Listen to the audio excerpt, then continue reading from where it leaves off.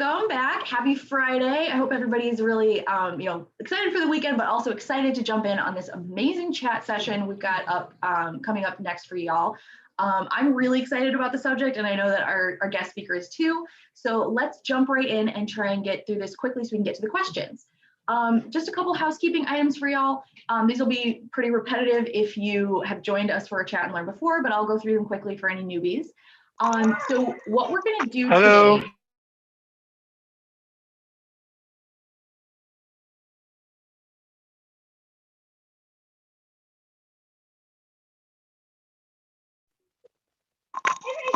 Hello. Sorry, I muted myself. We're going to ask that you remain on mute until the question and answer portion of today's session. So that'll be in probably about like the 10-minute mark. At which point you are absolutely encouraged to come off mute and ask questions. Just make sure that you're only off mute while you are actively speaking. It helps cut down on the background noise and keeps the call clarity good for everyone. Hold on. You'll see me go on and off mute a lot because I've got dogs snoring under my desk. So like I said, you're more than welcome to participate. We really encourage that connection with our speakers. Super excited to make that happen for y'all. If you don't have audio capabilities, or if you just rather not, you can still participate by putting your questions or comments into the Zoom group chat. If you have any privacy issues, just know that if you do come off mute, you will show up on the live recording of this session. So if you don't want to show up at all, but you do still want to participate, awesome. Just make sure you don't come off mute. And you can DM any questions or comments that you have to me. Just pick my name from the drop-down menu.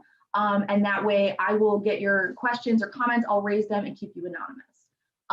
Like I said, this is being recorded. So what will happen is in about 1 to 2 business days, so probably early next week, everybody that registered for this session will get an email with a link to where they can rewatch the recording. And if Kelly says something absolutely amazing that you just have to listen, you have to share with a friend or have to tell a coworker, that's super great. And we want to encourage that. So there will be, I'll include a link later on, but we're going to be live streaming this to our YouTube channel. We have a specific Chat and Learn channel now. So that way you can make sure you are staying up to date on all the Chat and Learn events that we're hosting without missing out on anything. What else? You can keep up with us on our various social media accounts. We are at Power to Fly on LinkedIn, Twitter, Facebook, Instagram, and YouTube.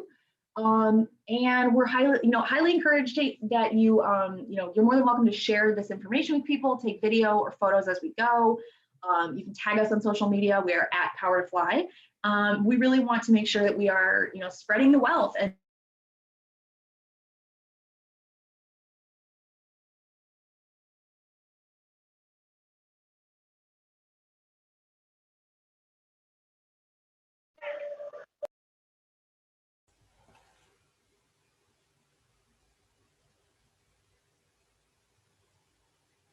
going and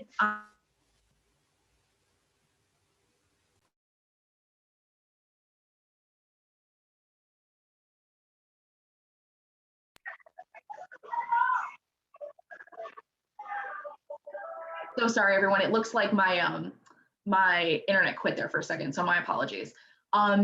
So I'm really excited to introduce you to our speaker today. Her name is Kelly Wolf. Kelly is General Counsel of Vouch Insurance, overseeing the legal, compliance, and regulatory functions. She joined Vouch after almost 4 years at Zenefits on their legal team, navigating the highs, lows, and turnaround of a quickly growing, highly regulated startup. Before moving on in the startup world, Kelly was in the legal department at Adobe, and she earned her JD from Santa Clara School of Law and her bachelor's in English from UC Irvine. So welcome, Kelly. We're so happy to have you join us today. Thanks so much. Really excited to be here and really awesome to see all the folks that have joined for the conversation. Really excited to get started.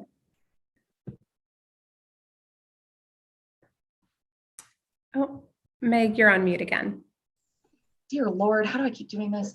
One thing I want to highlight for everybody before we jump into the questions for today is that Vouch is hiring. So I'm going to put a link into the chat here where you can take a look at Vouch's company page on Power to Fly. Now, one of the things you're going to notice when you get there is a couple different things. First off, you'll see the different tabs. So company info, there's also one for events, and then there'll be one for open jobs. I'm live on the website right now, and I can see they've got 34 jobs posted with us. But the other thing that I want to point out to y'all is that at the top of the page, there'll be a big pink follow button. It's going to be on the upper right-hand corner of Vouch's company page. Clicking that button puts you on Vouch's follow network. And what that does for you is it basically works like your friend at the company. It tells Vouch that you are interested in working with them even before you submit an application. And it also keeps you informed of when Vouch posts new roles. Now, the other thing that's important to know about that is even if you're not, maybe actively looking for jobs, but if Vouch sounds interesting to you, or if you're actively looking but don't see a role currently that would, really fit what you're looking for, that is totally great. And joining their follow network is an awesome way to make sure that A, you stay informed and on their radar, and B, you don't, kind of clutter up your inbox or spend a lot of time like checking and rechecking job boards that seem to never change until the second you look away, right? So I'm going to highlight this a couple times throughout today's presentation, but definitely take advantage of the follow network. That is a feature that we have on all of our company pages, but obviously I definitely encourage you to check out Vouch and follow them on powertofly.com. So jumping into our questions here, I just want to highlight for everybody what we did to kind of set up the basis for today's chat. So as you're on your screen, you can see some of the principal themes that we're going to try and cover in today's conversation. We set those up both based on conversations with Kelly about what she'd like to speak of, but then also with hello, hi, hello. Hey, Wahid, I'm so sorry. We're going to have to kick you out if you can't stay on mute, okay? So what we're going to do here is the conversation is going to try and cover all of these themes. And what we're going to try and do is do that using a combination of the questions that y'all pre-submitted in advance of today's session, but we're also going to take a look at any questions and integrate questions that y'all asked today during the session. So we want to make sure that we highlight the fact that you guys can control this event. So definitely, feel free to ask the questions that you want to know the answers to. If you pre-submitted a question, like I said, we condensed all those. We tried to organize them into a conversational format. But if you're, wondering if we're going to ask your question and haven't heard it come up yet, please feel free to raise it. I'm happy to either, feather it into the conversation we're having, or if we're going to cover it a little bit later, then I'll hold it back. The other thing that you can do is please, if we're covering one of your questions, please feel free to give us, additional context, or if we're just not providing you the answer that you were really looking for. We'd love to know more so that we can make sure that the time you spend with Power to Fly is well worth it. So in today's conversation, we're going to try and talk about some strategies to help you land your first role, how to get the inside scoop on managers or leaders' minds, so you can kind of put yourself in their shoes and know how to talk to them, as well as tips to thrive in what can generally be, or is generally understood to usually be, a difficult conversation. So I'm really excited to talk to Kelly about this and get her input. So as we jump into questions here, I just want to start by asking Kelly, can you give us a little bit of a background on you and understanding why you're so passionate about this subject? Yeah, I'd love to. So, as Meg mentioned at the top of the call, I started my legal career in-house at Adobe, and Adobe is a big, wonderful company. I worked in a very large team, and I was very lucky to have a lot of managers that helped support my growth along my time there. And one of the best lessons I learned while I was there, really it was two lessons. It was one, the biggest career growth opportunities that I had were not the opportunities that people came and found me for. They were the opportunities that I asked for. So if I wanted to learn something new, I would go talk to the attorney or the manager on the team that was working on that project, and I would ask them if I could be involved. And I knew it would be something that was, in addition to my normal responsibilities, I'd still have to do my day job. But, I would ask for that opportunity, and 9 times out of 10, they would say yes. They always love to have the extra help. But you have to kind of raise your hand and ask for those opportunities, because a lot of times, managers or other leaders don't know that you're interested in learning about that new area. The other really important lesson that I learned there, and this really came from a manager, it was my last manager that I had there. She really supported me from a career growth perspective, not just a how can I continue to grow my career at Adobe perspective. And so when I was presented with the opportunity to leave Adobe and take the job at Zenefits, it was I was really afraid of having that conversation with her because I loved working with her as a manager. And, I was actually really scared. I was thinking like she'd be really mad or really upset. And it was the opposite. She was actually really happy for me. And she said, I think this is the absolute right step for you in your career. I want to support you. Like, what can I do to help you make this successful? And that taught me as a manager that, my biggest impact is often not just on managing my team when they're working for me, but it's helping them develop and grow in their career. So a lot of times, that's tough because, you want your best employees to stay on your team, but at the same time, doing the right thing by them sometimes means supporting them and finding an opportunity outside of your team or outside of your company. So really for me, those two kind of critical lessons have really informed not only my career path, but also my development as a manager and a leader and who I aspire to be as a manager and a leader, because it is something that, everyone, no matter how experienced or how senior they are, they work on it every single day. This isn't something that you just learn one day and never have to go back to. It's a process that you have to keep working on. It's a muscle you have to keep building. So I'm really excited to have this conversation because I want to help equip you guys on the call about how to have those tough conversations, how to ask for those opportunities, but then also to give you insight into the mind of that manager or leader when you're asking for that chance or that opportunity to help guide that conversation. Awesome. Thank you so much for that breakdown. And I love what you're saying because it was a very long time, into my working career before I understood that, people are not going to give you chances out of nowhere, right? If they don't know that you're interested in doing something or that your goal is, such and such, like they don't know that that's what you want to work towards. Mm-hmm. So yeah, that's really important to kind of flag for people. Okay, so knowing obviously that we are in this weird moment of flux, right? Where we've been on, in the COVID world and quarantined for well over a year at this point. But we're now kind of seeing maybe the light at the end of the tunnel, or at least like some changes are happening. People are going back into offices, that kind of thing. Knowing that it's still unsure how soon we're going to return to the office. If people are still, in that quarantine era where everything is virtual, how can you effectively ask for a promotion when you are restricted to that virtual world? Are there, the same kind of do's and don'ts as there are for, an in-office presence? Or is there kind of a different set of rules?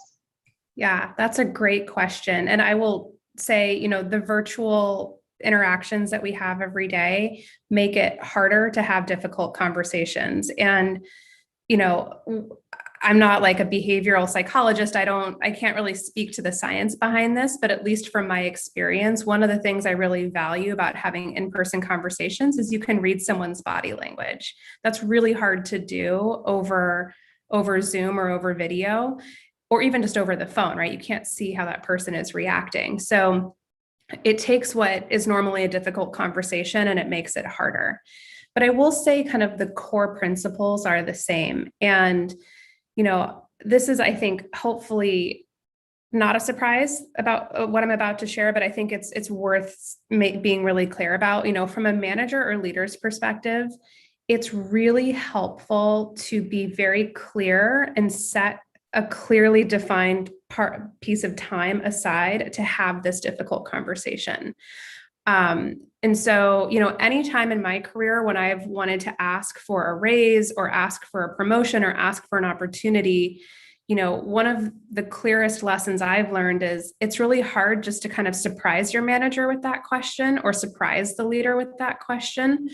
And the conversation doesn't usually go very well because they don't have any information to respond to you with. And a lot of times, they need to go talk to their HR team and understand what a salary range looks like for that role, or they need to go understand how many candidates have already applied for that role. What's the pipeline look like? Do they already have an offer out to another candidate? And so, one of my number one pieces of advice that I would give, whether it's in a virtual environment or in an in-person environment, is set aside time for this specific conversation. Don't just try to lump it in another conversation. Don't just try to do it while you're, grabbing lunch with somebody or having a casual conversation. I would very specifically ask that manager, and I would say, I'd really like to have a conversation with you about my career development. I see that there's an opportunity, or I'd like to talk to you about the salary range for this role. I'm going to set aside 30 minutes next week, and here are the things that I want to talk to you about. That not only lets the manager know that you want to have this conversation, it gives them time to go gather the data. So when you're sitting down, whether it's over Zoom or in person, they can actually have that meaningful conversation with you. So I would say that's even more important in a virtual environment, because I can't just turn to my right and ask my HR leader, like, hey, what's the salary range for this role? Or what's going on with this role that we're recruiting for right now? I have to go have a separate conversation with them. And, I want to be as transparent as possible with the person that's asking for this information, but I need that time to go get it. So I would always recommend setting aside that specific time, letting that manager or leader know what you would like to talk about, and then give a couple of days. So, if you're going to reach out to them today and say, hey, I want to have a conversation about it, set that time for the second half of next week, just to give them time to go collect that data. I think it actually, as a manager, I enter that conversation feeling better prepared. And I feel like the person on the other side understands that I need time to prepare for that. I think that's excellent advice. And you're right. It's totally something that isn't necessarily intuitive, right? Because you want to talk about these things. You don't necessarily want to, I don't want to say tip your hand, but it can feel kind of nerve-wracking to ask to have this conversation when you have no idea how it's going to end. And you might be kind of pinning your hopes or all of your aspirations on, getting this promotion.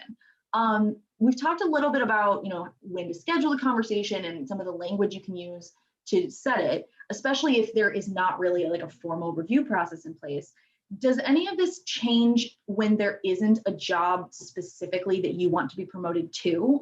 Or, if there's not currently an opening, but you want to make it known, you're not throwing your hat in the ring for a specific thing, but you want to make it known that you are actively looking for opportunities. Or even if you think there's an opportunity that you could advance and maybe we need somebody in this new position to be created.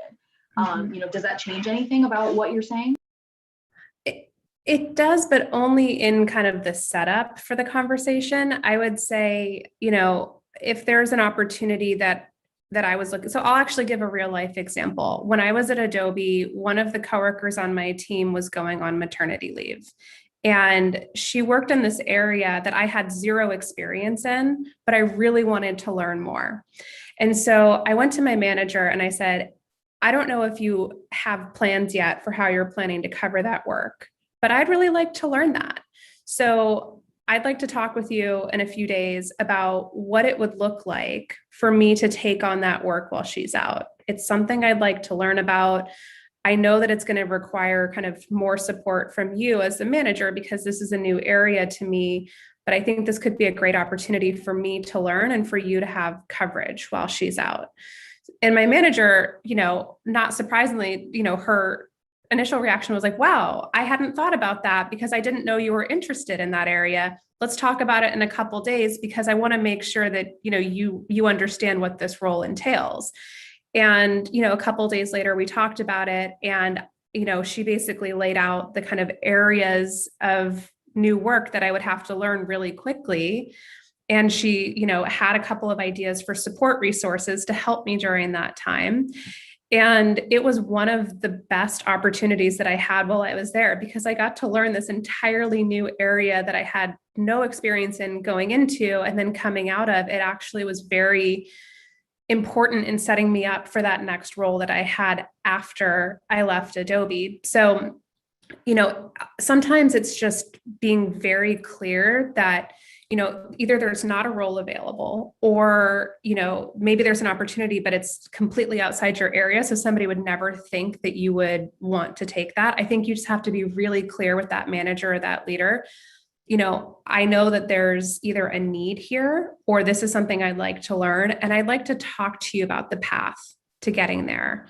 And again, I would give your manager a couple days, because they'll want to think about it, and they'll want to think about what are the resources I need to actually support this to make it happen. But I do think that it's a slightly different conversation in the sense that it's a little bit more of a career path conversation or a job path conversation if there's not a specific role available. But I would also say that, at the foundation of all of these conversations, especially if it's asking for a promotion or it's asking for more responsibility, you have to be doing your existing job well. You can't be having any performance issues, or you can't be kind of not hitting 100% of your goals or really close to it, because your manager is going to be concerned that you won't be able to perform in your current role and take on the new responsibility. So if somebody comes to me and they're asking, for additional responsibility, or, that they'd like to be promoted, and I don't think that they're meeting their current, responsibilities in their current role, that conversation is slightly different. It's not that they can't get there, but the conversation becomes, okay, here are the steps that we need to see before we're ready to have this conversation about the promotion. And I think that's a really important thing to keep in mind, because, if you've just had a performance review and your manager's like, hey, I need you to improve on XYZ issues, that's the next week is probably not the right week to have this conversation. You might want to be able to show that you've made improvement against those things. And if you're not sure if you're meeting your performance expectations, that's also a really good setup to this conversation. Just ask your manager for performance feedback and say, I think I'm doing well, or I think that I've met these expectations. I'd like to, take on additional responsibility or move to the next level. What do you see that path looking like for me? And just being very clear and declarative with your manager in that conversation. I absolutely love that. And you're right. It's one of those things where, especially if you're at a company that has like dedicated times of year for performance reviews, that can feel really scary, right? Because what the framework generally is and how the company usually handles these things. But it shouldn't necessarily be a problem to like ask for, mid year feedback from your current supervisor. Hey, I'm feeling like, I've got this under control, but I'm a little less stable on this. Can we review, my performance and how I'm doing with my various tasks? I feel confident here, but not so much in this. Is that, would you agree with that assessment? So taking into account the fact that some people have, these regular scheduled cycled review sessions, what can you do to prepare for that conversation about a potential promotion when your scheduled performance reviews are not for several months? Is that something that, should you just stick to the plan for it? I don't think you should wait to have that conversation. I actually think the annual performance review is, if you and your manager have a good kind of open communication style, nothing that you hear in that annual review should be a surprise, because you should be getting regular performance feedback from your manager all year long. And if you're not, you should ask for it. And it doesn't have to be a request to get a formal performance review every single week. But if you've just completed a project or an assignment or a presentation, just ask your manager for feedback about how that went. Ask, what did I do well? What could I have done better? What would you like me to focus on for the next time we have something like this? And just start getting in that habit of that regular feedback of your, day-to-day work that you're doing with your manager. If you do know that you have a performance cycle coming up, I would say the sooner you can start talking to your manager about that promotion before you get into that cycle, the better. Because most companies start planning for those cycles a month to two in advance. So they're already making those decisions about the promotions or about the raises before they're sitting down to talk to you about what it means for you. So if you are sitting down in that conversation and saying, okay, I'd like to get promoted, their answer might be, well, you're going to have to wait another 6 months, or you're going to have to wait another year. But if you start having that conversation with them sooner, and they know in their mind this is something that you're looking for, it's an opportunity that you're asking for before they've sat down and locked in all of their decisions for that review cycle, that's really critical. Because sometimes once those things are locked in, managers and leaders don't have flexibility to go back and change the decisions or change the budget. So I would encourage you to start talking to your manager or your leader about this sooner. And especially, if you're talking to them 2 months out from your review cycle, that's kind of the perfect timing for something like this, because that's when they're starting to have those conversations as a leadership team or as a management team.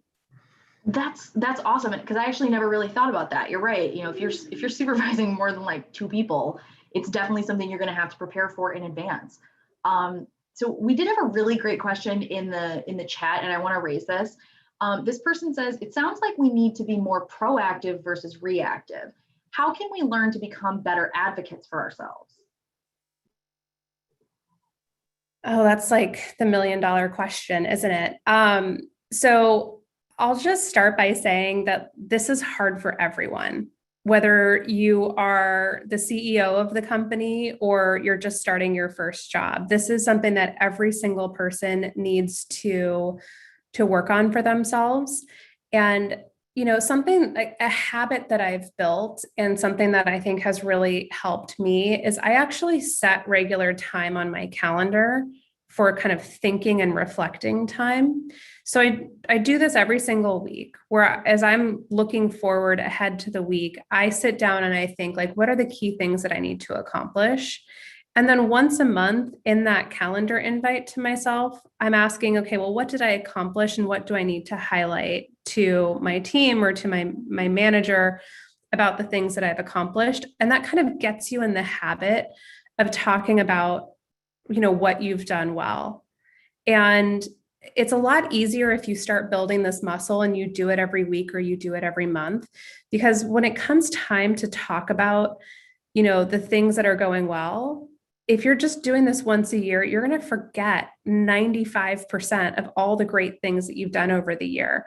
It's also, I think, really hard to talk about ourselves sometimes in a really positive way. I think if we were like our best friend and we asked our best friend to talk about, why we're doing great, or if you were asked to say that about your best friend, you would have no problems, right? You could talk about all the amazing things that this person that you're closest to in your life has done. And, it's almost like you need to think of yourself sometimes as your best friend advocating for yourself. And just kind of role playing that a little bit in your mind, I think is really helpful. I also have another visualization that I do.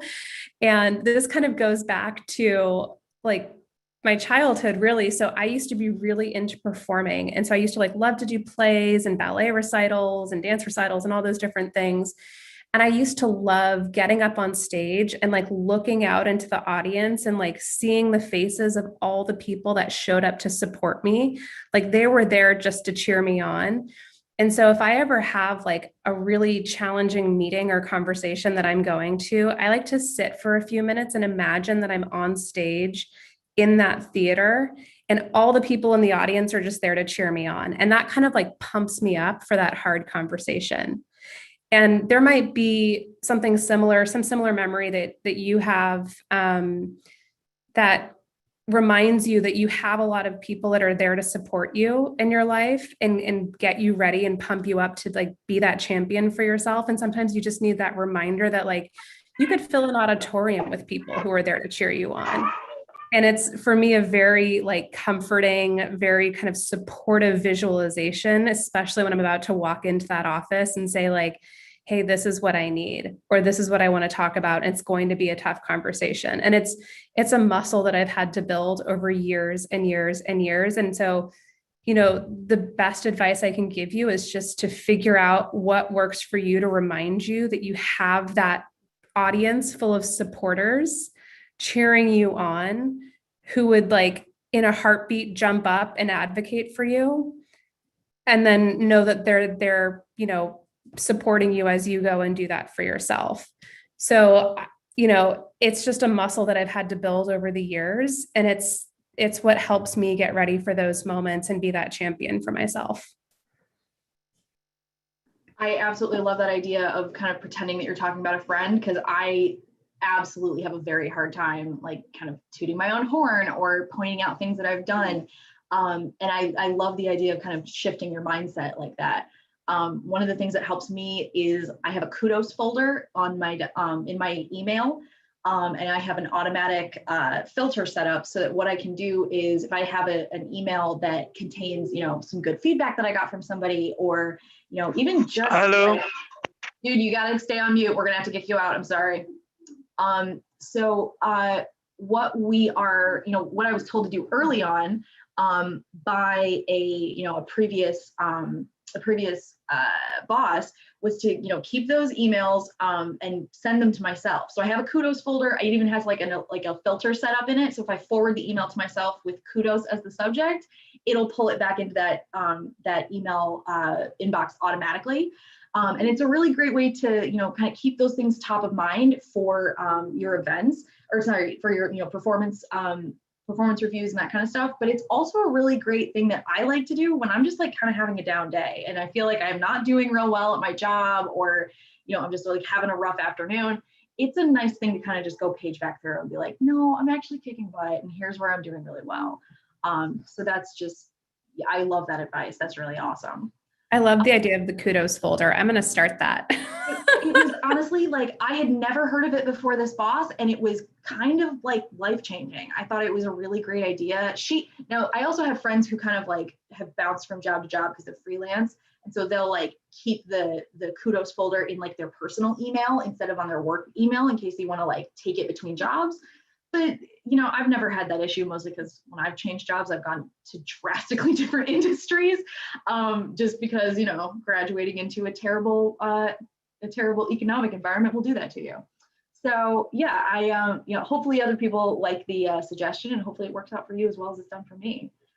All right, so we talked a little bit about, kind of the place you want to be in your career, or in your, how you want to be doing in, performance-wise before you start asking about a promotion or a raise. How, if you're in a new job, in a new situation, or new team, new company, is there a length of time that you should be in that role before you either start thinking about a promotion, or start asking about a promotion or the opportunity to kind of level up or move up through the ranks? That is such an awesome question. And the short answer is it's going to be different for every team and every company. So just as an example, if you're at a really large company, they probably have, more openings and more opportunities than you'll find at a really small company, just because the teams are going to be larger. And so your chance to advance might be a little bit faster in that sense. And, I would say every 18 to 24 months is kind of about the frequency that I would see folks getting promoted. It's going to be very dependent on the role that you're in. And also, there also has to be a role to promote you to, right? Like you're not, if a role doesn't exist and there's, no additional responsibility to give you at that moment, the answer might be not right now. But, I would say it takes a little bit of time to settle into a new role and to show that you're actually performing in that role. So as a manager, if I'm looking at a promotion request and somebody's been there for less than 12 months, I haven't really seen a full year of performance out of them yet. So unless I have kind of an immediate need and they've already shown me that they can completely just nail the current job that they're doing, it's going to be really hard for me to promote them within that first year. But as that, person continues on, whether it's another year or, another couple months, and if the opportunity presents itself and there's a need for that promotion, I could see promoting somebody within that second year. But I think if you're in a role for less than a year, it's kind of hard. You just haven't had that full year of performance yet. I would say the exception is, there's just sometimes an immediate need for somebody in a next level role.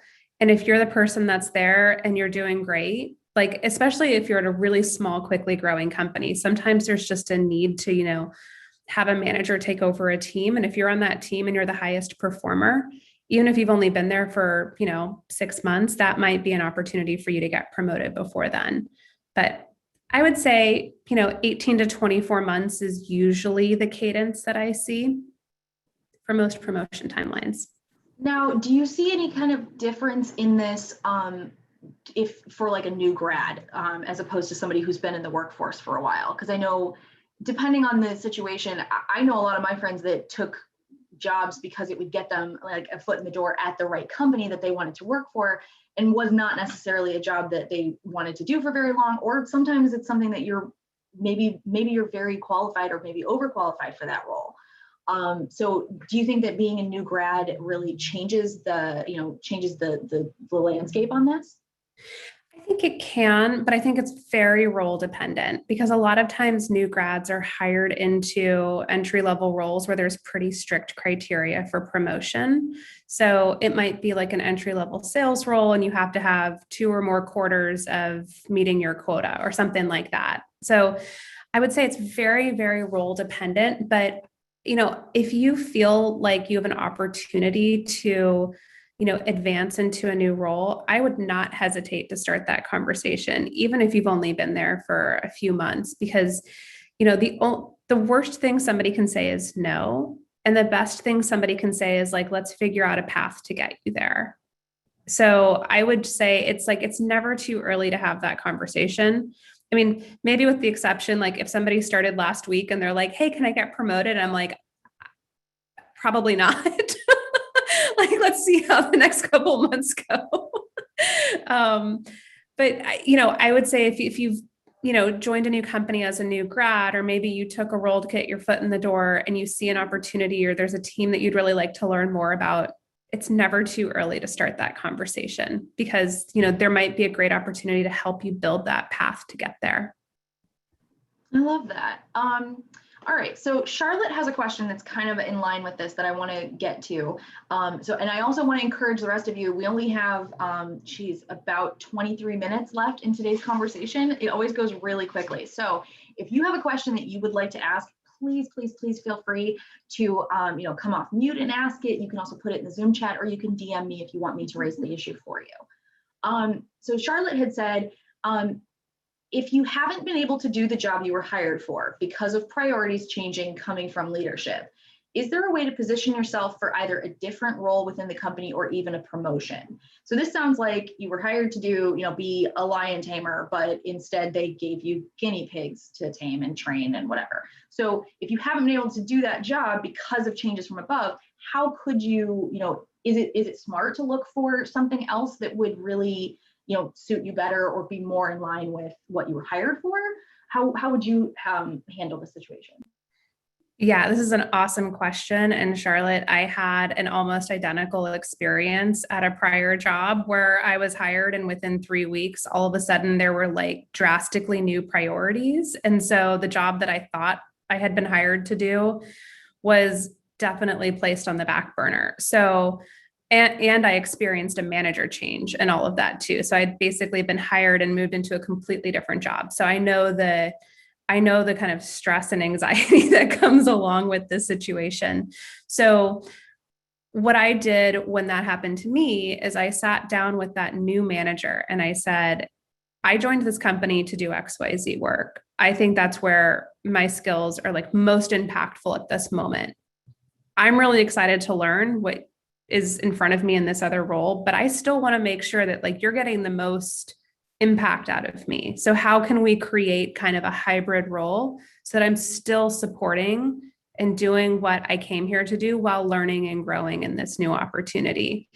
And it was a really productive conversation that I had with that manager because, she didn't actually know that I had been kind of like hired for something completely different. And so it gave her a chance to really understand where I could add most value. And she quickly realized that, I had a learning curve ahead of me on this new role. So there was going to be some ramp up time and there was still this need in this other work. So, I had the conversation with her and we kind of created a brand new job description to make sure that one, I was doing the work that I was originally hired to do, but also two, still learning. And then once I, made it through that, period of this new role, I was actually able to ask for a promotion at the end of it and start managing a team because we realized there was this need for this type of hybrid role at the company. So, I would be really transparent with your manager or with your leader that, there's definitely a mismatch or something has gone a little bit sideways. You were hired to do one thing and not quite in the right role right now. And you understand because the priorities have changed, but you want to make sure that, you're learning and growing, you're doing work that is interesting and engaging to you, and they're getting the maximum impact out of your skills and talent. So I think that that's a really fair conversation to have with them. And if it's also totally fair to say like, hey, can we create a hybrid role here? Or is there an opportunity for me to manage people that are doing this work so that I can continue to like grow in my career? And it's just a conversation that I would say you have to have with your manager because they might not even know if you haven't had this conversation yet that you're unhappy with how this has kind of progressed. So a lot of it is, just bringing it to the table and forcing the conversation. No, I couldn't agree more. And it kind of reminds me of something we had on a previous chat. This was probably several months ago, but this woman was talking about how she had been hired to do like job A. And then over the course of the first couple of weeks, because you're the new person and you want to be a team player, she had ended up, through both assignment and just kind of, the gravitational pull of some of these tasks, ended up with a lot more on her plate and a lot of different tasks than what she was hired to do. And what we were talking about led the expert on that chat to say, that's okay. And you can have this discussion with, whoever hired you and just say, hey, I was hired to do A, B, and C. You now want me to do purple square and cucumber. That's going to, if I have, can we reevaluate some of my responsibilities right now, because it's taking, all of these new tasks are taking away all the time that I was supposed to dedicate to these ones that I was hired for. So can we look at maybe reshuffling some of my responsibilities or figure out what my key duties really are? And if you do want me to take on these other things, then maybe we can discuss, a change in my compensation commensurate to what you're asking me to do.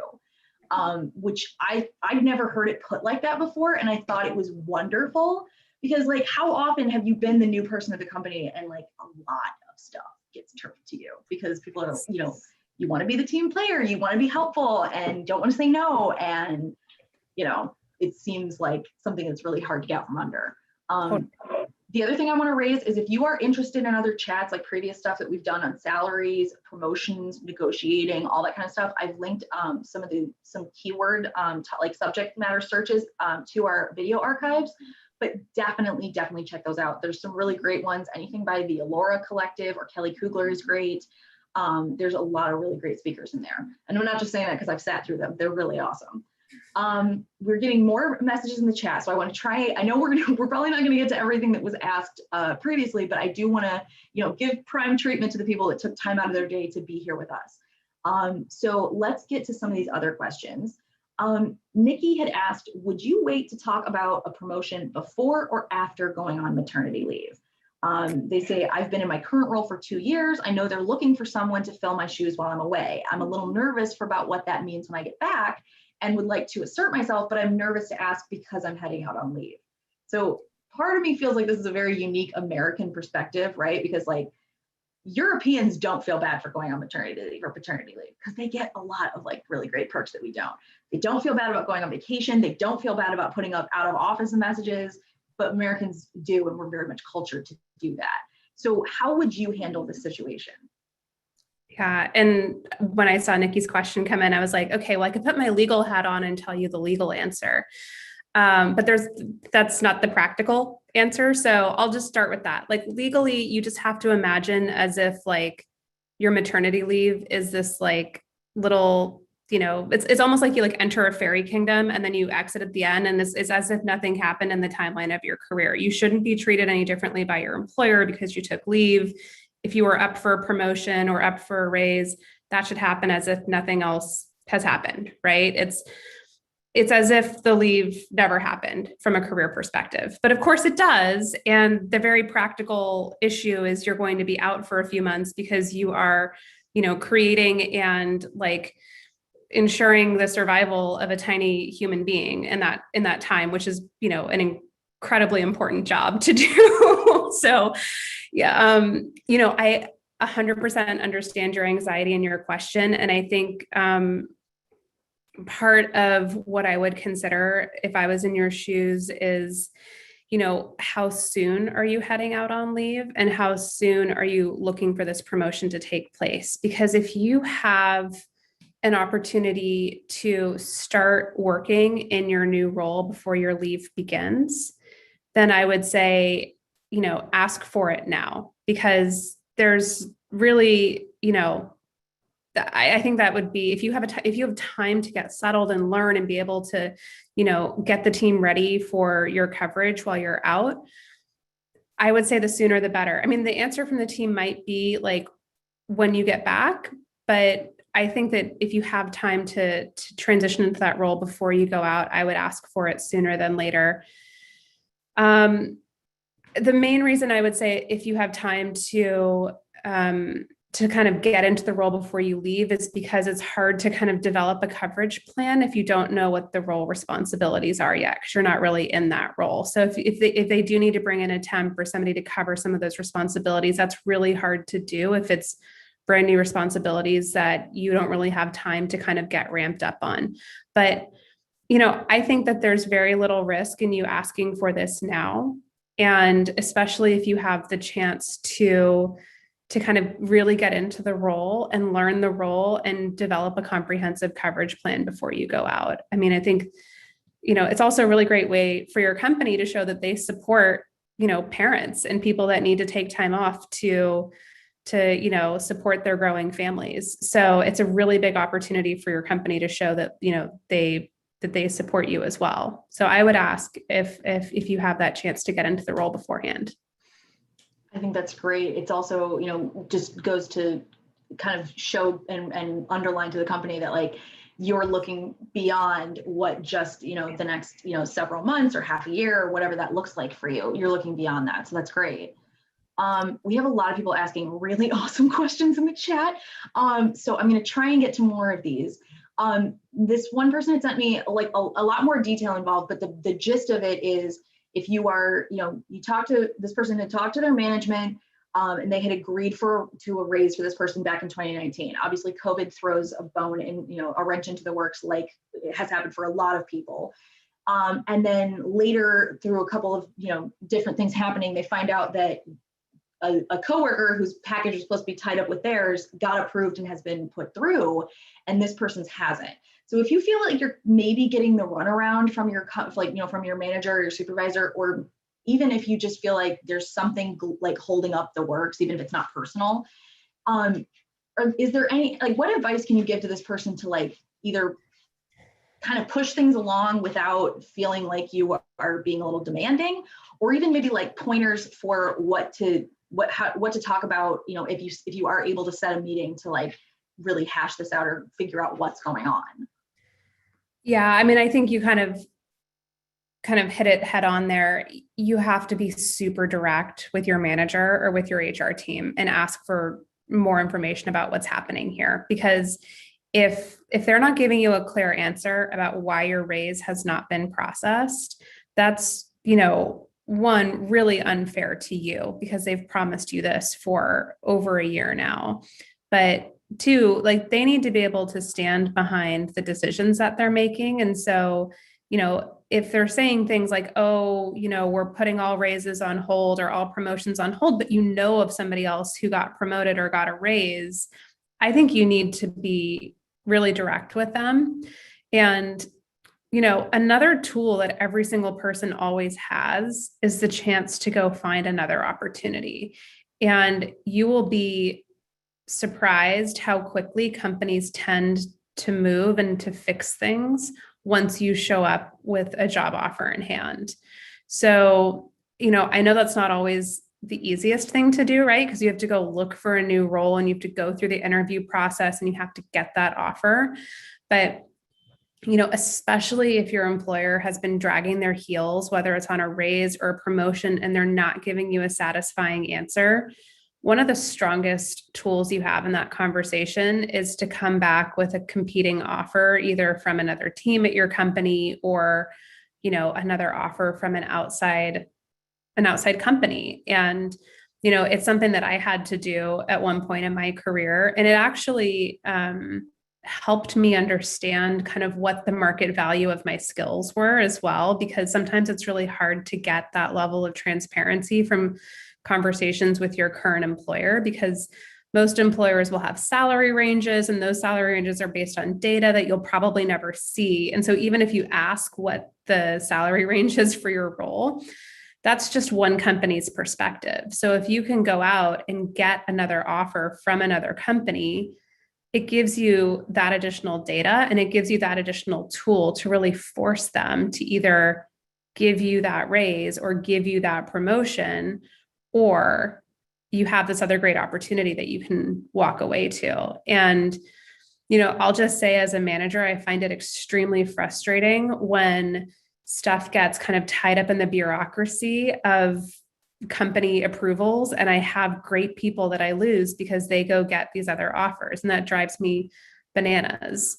But it's not fair for me to sit and try to, force someone to just wait and wait and wait and wait when they have a better offer with more competitive pay than I can offer them at that time. And it kind of goes back to that first lesson that I had learned from that, early manager, which was, I'm supporting the career. I'm not just supporting the job path at the company for this person. So, I would be very direct about that conversation. Again, I would treat it as a separate standalone conversation. I wouldn't surprise your manager with this. At the end of another meeting, I would set aside specific time to talk about that, give them the time to go get the data. And if they don't give you a satisfying answer, I would go out to the market and see if you can get another offer from another employer. And then, either take that offer or bring it back to your current company and see if that'll get them to move faster. No, I absolutely. I mean, I keep thinking of the fact that there was that recent study that said 40% of people are looking to are looking at new potential other outside job opportunities in the coming year. So while that sounds a little bit scary, like maybe the market's going to be flooded with people, it also means that potentially 40% of jobs could be up for grabs because people want to move to something else. So I love your idea of like going out and kind of trying to get that, get a competing offer to maybe hold their feet to the fire a little bit. It's also super helpful just to ask for clarity, even like, hey, what's the holdup here? Is it something that I can do something about? Or is this something, that can't be changed? And if so, like, what's the ETA? Like, I've been in situations before where a raise was promised and it was never delivered. And I was able to say, okay, well, in my contract, it says we're going to do a review of my pay 90 days in. Or, I would like to, you get told, hey, it's going to take 6 months to process this. Okay, great. Let's get a meeting on the books for 4 months from now and make sure we're on like track to do this. It's a really great way to like, under the guise of professionalism and not necessarily like, I don't quite trust you here. It's a good way to kind of like keep that ball rolling. We did have another question that I want to try and get to. This person basically had asked about, they had taken over new job responsibilities with the idea that they would move into this new role in a transitional phase of like 60% of your old job and 40% of your new job. After taking, getting into the transition and moving into the transition that much, they were told they're not sure if there's a need for a full-time person, despite the workload being 2 full-time jobs. So is there a case there, or, what would you tell somebody if you are either given the title, given the, the duties, but not the title, or if you are, you're told, well, there's not really a need here when there is. Mm-hmm. Yeah. I mean, it's kind of similar to the prior answer, where I think you have to force a very direct conversation and be, and I'll say this from the employee perspective and then the manager perspective. So if I'm an employee and I feel like I've taken on, significantly more responsibility, and, I have, 2 times the work that I did 6 months ago, and maybe it was under the the guise of a potential promotion, or I'd move into a full-time role in that at some point, but that hasn't happened. I would still sit down with my manager and say, I'm doing more work than I was doing before when you hired me or moved me into this role. And, I thought I was going to be taking this on because there was a role ahead for me. I understand that from your perspective, there isn't a full-time role here and that it's only part of my job, but I'm still doing the whole thing. So let me lay out for you all the things that I'm doing. And that kind of goes to the manager side of this conversation. If I have an employee come to me and they say, I'm doing all these things and I feel like I should be getting a new role or getting a new salary or a new title for this, sometimes I will ask them to write down what their current job duties are, because there's also a chance that your manager just doesn't know the full scope of what you're doing day to day, especially if they're managing a large team.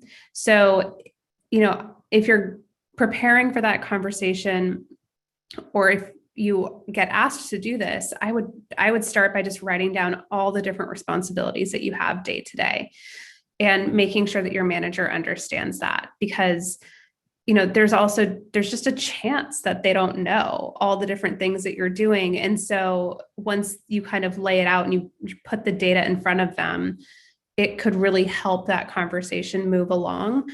But I think it is fair to the company to say that they don't need a full-time role there. That doesn't mean that your role can't change, because it sounds like it already has. And so that's where I think it's worth having that conversation to say, my role has changed. Here's what I was doing before. Here's what I'm doing now. I'm still getting compensated. My title is still the same as what it was before.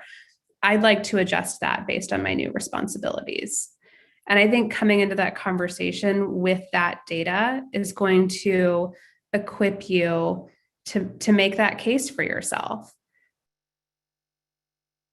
No, I think that's a really great point. And it's actually it reminds me of something, and it ties into something that somebody else had asked, when it comes to trying to get a promotion. And this basically, the line that they're getting is that they haven't yet figured out the right title for the role, but they're already, the idea of additional duties or, working towards something that, if you're getting that runaround, it feels really frustrating, right? So if you're being told, well, we just don't know what the title should be, or we don't know what we would pay for that position, is this something where that data and that research would also help?